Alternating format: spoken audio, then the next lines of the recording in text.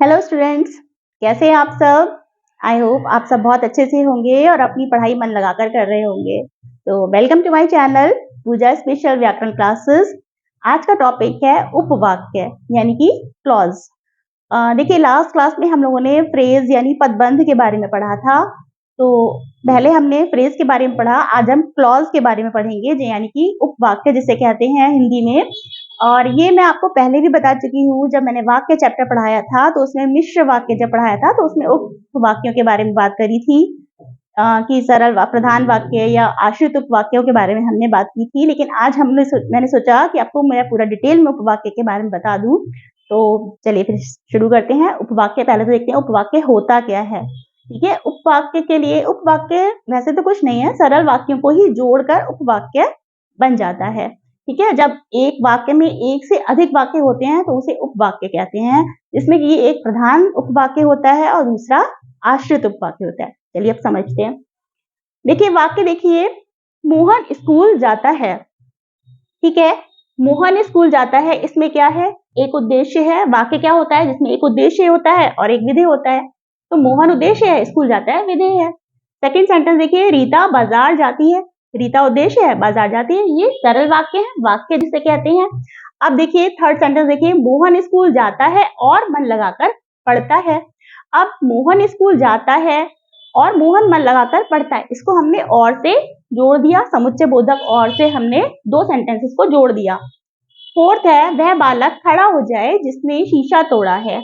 अब वह बालक खड़ा हो जाए जिसने शीशा तोड़ा है, इसमें भी दो क्रियाएं होंगी, दो सेंटेंसेस होंगे, उसको हमने जोड़ दिया है, तो ये क्या होगा, उपवाक्य कहलाएगा।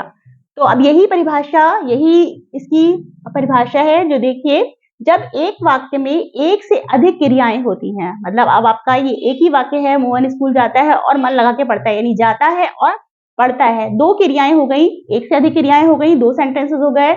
एक वाक्य दो या दो से अधिक सरल वाक्यों से मिलकर बना होता है, यानी एक ही वाक्य है, अब दो या दो से अधिक सरल वाक्य इसमें मिलकर बना रहे हैं इस वाक्य को, तो वह उपवाक्य कहलाता है।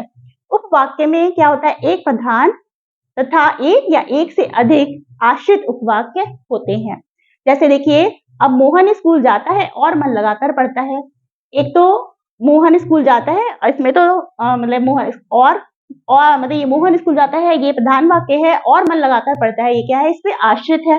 तो एक प्रधान वाक्य होगा और एक या एक से अधिक आश्रित उपवाक्य होंगे। अब देखिए उपवाक्य के भेद, देखिए उपवाक्य के दो भेद होते हैं, क्योंकि उपवाक्य में प्रधान उपवाक्य यानी कि मेन होता है जो, और दूसरा होता है आश्रित उपवाक्य जो उस पर आश्रित होता है, जैसे कि नाम से हमें पता लग रहा है। प्रधान उपवाक्य क्या होता है, प्रधान उपवाक्य में उपवाक्य स्वतंत्र होता है। जो प्रधान उपवाक्य होता है वह स्वतंत्र होता है, उसका हमें पूरा कंप्लीट सेंस या कंप्लीट अर्थ समझ में आता है।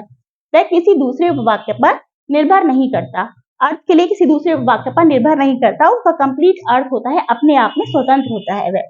ठीक है, जैसे देखिए, मोहन ने पूछा कि तुम कहाँ गए थे। मोहन ने पूछा कि तुम कहाँ गए थे, इसमें प्रधान वाक्य क्या है, मेन क्लॉज। मोहन ने पूछा, यदि आप कहेंगे मोहन ने पूछा होगा कुछ, है ना, मोहन ने पूछा, कंप्लीट हमारा सेंस दे रहा है, प्रधान वाक्य है। ठीक है, सेकंड है, राधा ने एक कंबल खरीदा है जो काले रंग का है। राधा ने एक कंबल खरीदा है, अब ये हमारा प्रधान वाक्य है, राधा ने एक कंबल खरीदा है, यानी कंप्लीट सेंस दे रहा है, हमें कंप्लीट अर्थ दे रहा है कि राधा ने एक कंबल खरीदा है जो काले रंग का है।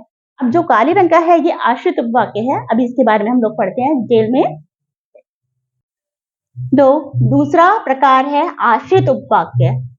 आश्रित उपवाक्य क्या होता है, आश्रित उपवाक्य दूसरे उपवाक्य पर आश्रित रहता है। जैसे कि आश्रित उपवाक्य का अर्थ ही है कि आश्रित रहना, किसी दूसरे उपवाक्य पर निर्भर रहता है। ठीक है, इस उपवाक्य का पूरा भाव या अर्थ हमें दूसरे उपवाक्य की सहायता से ही प्रकट होता है या हमें समझ में आता है। जैसे कि देखिए, जब रोहन घर पर आया तब मैं घर पर नहीं था। जब रोहन घर पर आया, ठीक है, यहाँ पर ये क्या हो गया, जब रोहन घर पर आया तब मैं घर पर नहीं था। तो जब रोहन घर पर आया, इसका पूरा अर्थ नहीं आ रहा है। यदि हम ये कहें, खाली ये कहकर छोड़ दें कि जब रोहन घर पर आया, तो आपके मन में एक सवाल आएगा, जब रोहन घर पे आया तो क्या हुआ, कुछ हुआ होगा, तब रोहन घर पे आया तो क्या हुआ, आगे कुछ होगा सेंटेंस, तो ये क्या हो गया, आश्रित उपवाक्य। तब मैं घर पर नहीं था। अब तब मैं घर पर नहीं था, इसकी सहायता से ही इसका अर्थ प्रकट हो रहा है। ये क्या है, प्रधान उपवाक्य। सेकंड एग्जाम्पल देखिए, जैसे ही लाल बत्ती हुई यातायात रुक गया। अब यहाँ पे जैसे ही लाल बत्ती हुई है ना, अब ये क्या है, आश्रित उपवाक्य है। तो अभी जैसे आपके मन में आएगा, जैसे ही लाल बत्ती हुई तो क्या हुआ, यातायात रुक गया। तो हमें कुछ और हमें ये लगेगा इस सेंटेंस के बाद कि जैसे ही लाल बत्ती हुई, तो हमें कुछ कंप्लीट नहीं लगेगा, है ना। तो ये क्या हो गया, आश्रित उपवाक्य। और यातायात रुक गया, ये प्रधान उपवाक्य है। ठीक है, अब आश्रित उपवाक्य के भी 3 भेद हैं। देखिए कौन से, पहला है संज्ञा उपवाक्य, दूसरा है विशेषण उपवाक्य, तीसरा है क्रिया विशेषण उपवाक्य। ठीक है, अब संज्ञा उपवाक्य क्या होता है, संज्ञा उपवाक्य जो उपवाक्य प्रधान उपवाक्य की किसी संज्ञा या संज्ञा पदबंध के स्थान पर आता है, संज्ञा उपवाक्य कहलाता है। ठीक है, जैसे कि पहला है, मेरा विचार है कि तुम्हें घर चले जाना चाहिए, है ना। मेरा विचार है, ये क्या है, प्रधान वाक्य, प्रधान उपवाक्य कि तुम्हें घर चले जाना चाहिए। अब ये क्या है, तो ये हमें पूरा सेंस दे रहा है कि तुम्हें घर चले जाना चाहिए, क्या है, आश्रित उपवाक्य। देखिए ये वाला हो गया संज्ञा वाक्य। सेकंड है, सुभाष चंद्र बोस ने कहा, सुभाष चंद्र बोस ने कहा, फिर यहाँ पे क्या है, इन्वर्टेड कॉमास में, तुम मुझे खून दो, मैं तुम्हें आजादी दूंगा। तो ठीक है, ये आपका क्या हो गया, संज्ञा उपवाक्य। अब इसकी पहचान देखिए, बहुत अच्छी पहचान है, इससे आप हमेशा आराम समझ जाएंगे कि संज्ञा उपवाक्य कहाँ पर है। देखिए संज्ञा उपवाक्यों के आरंभ में की, जैसे यहाँ पे संज्ञा उपवाक्य है तो ये आरंभ में यहाँ से शुरू हो रहा है उपवाक्य की, तो की लगा होगा, या ये क्या होगा, अल्प विराम, यहाँ से अल्प विराम, ये कॉमा लगा होगा, ये लगा होता है। तो इससे आप आसानी से समझ जाएंगे कि ये संज्ञा उपवाक्य है। ठीक है, ये हो गया संज्ञा उपवाक्य। सेकंड देखते हैं,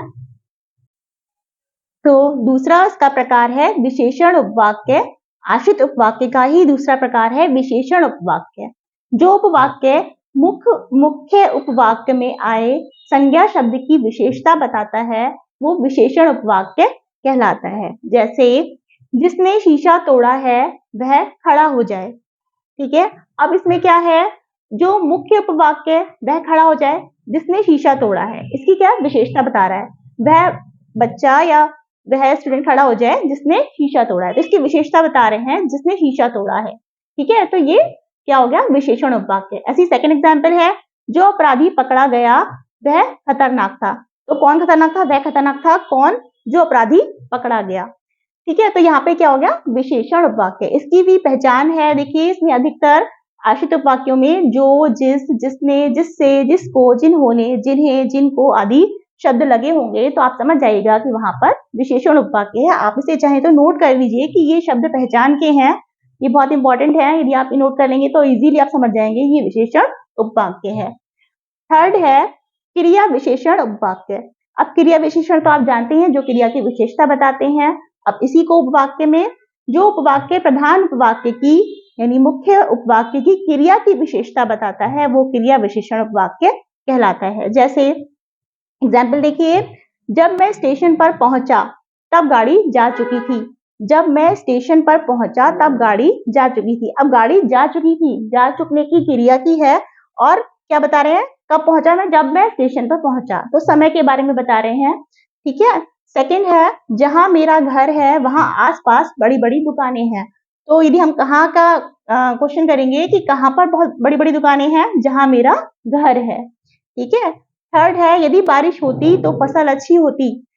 यहाँ पर क्या हो गया, क्रिया विशेषण उपवाक्य। यदि बारिश होती तो फसल अच्छी होती। फसल अच्छी होती कब, फसल अच्छी होती जब, यदि बारिश होती तो। ठीक है, ऐसी एक और एग्जांपल देखिए, जैसा पिताजी कहते हैं मैं वैसा ही करता हूँ। ठीक है, मैं वैसा ही करता हूँ जैसा पिताजी कहते हैं। तो यहाँ पर ये सब क्या है, क्रिया विशेषण उपवाक्य। इसमें क्या पहचान है, देखिए जब, जहां, यदि, जैसे, जिस तरह, यदि इस तरह के वर्ड्स आश्रित उपवाक्य में लगे होंगे तो आप आसानी से पहचान जाइएगा कि ये कौन सा उपवाक्य है, क्रिया विशेषण उपवाक्य। देखिए अब तीनों की पहचान मैंने आपको बताई है। संज्ञा उपवाक्य में की लगा होगा, आश्रित उपवाक्य में की से स्टार्ट होगा या अल्प विराम लगा होगा। तो वहां पर संज्ञा उपवाक्य है, सेकंड, विशेषण उपवाक्य में ये सारे शब्द जो, जिस, जिसने, जिससे, जिसको आदि लगे होंगे तो आप पहचान जाएंगे विशेषण उपवाक्य। और थर्ड है क्रिया विशेषण उपवाक्य में जब, जहां, यदि, जैसे, जिस तरह लगा होगा तो आप समझ जाइएगा कि ये क्रिया विशेषण उपवाक्य है।